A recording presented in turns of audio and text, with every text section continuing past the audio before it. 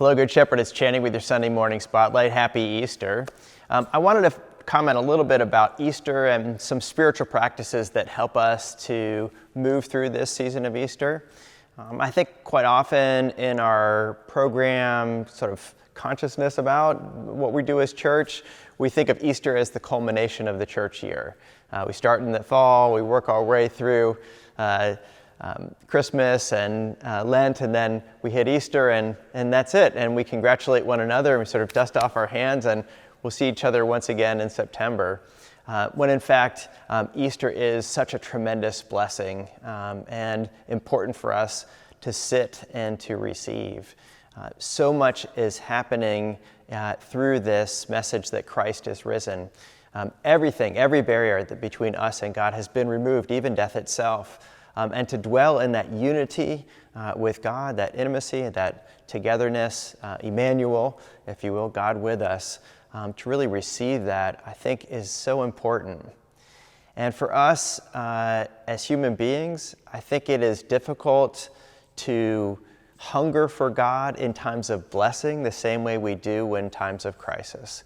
When crisis hits, we get on our knees and we need that strength and guidance. We wonder how this is all going to resolve itself. But in times of blessings, we're quite fulfilled and quite often don't seek God in the same focused manner. And so I want to offer two prayer techniques for you to consider that will allow us to stay present to the blessing of Easter, really open to the grace in that encounter. And the first is gratitude. It's something that allows our hearts to remain open and thankful and engaged in what that moment is. And the practice is simply, what are you thankful for? What do you appreciate about this particular moment? What does your day bring you that you just want to give thanks for? So it allows us to stay engaged in the moment with God and that unity with God and give God thanks for the blessing of that unity. The other practice is about adoration. It's one of the 5 basic forms of prayer mentioned in the prayer book. And adoration is nothing more than a heart-to-heart encounter with God. Sometimes it's even beyond language itself. And the model I have for this is when we hold a small child to our heart.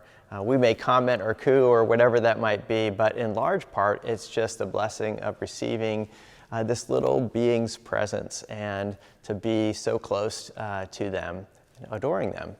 And so to adore God is to sit in God's presence in that intimacy, that blessing, that unity, and just to be and adore God for that gift. And so adoration and gratitude are two prayer practices for us. So as we move through Easter, I encourage you to pray your way through the season and to think about these two techniques as allowing you to stay present to the fullness of the blessing that Christ has risen in your life. And we've all received the gift of eternal life with God.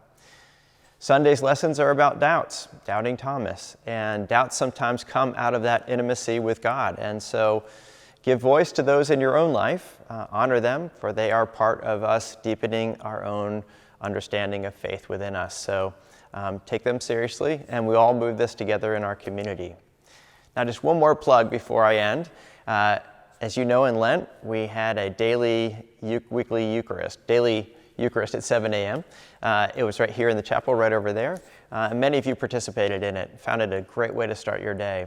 We want to continue that, but just doing it once a week. So Tuesday mornings at 7 a.m., we'll offer a weekly Eucharist, Rite One, same format, and hope you will join us for that as a great way to start your day. So, happy Easter. Christ is risen. I look forward to being with you on Sunday. Have a great rest of your week.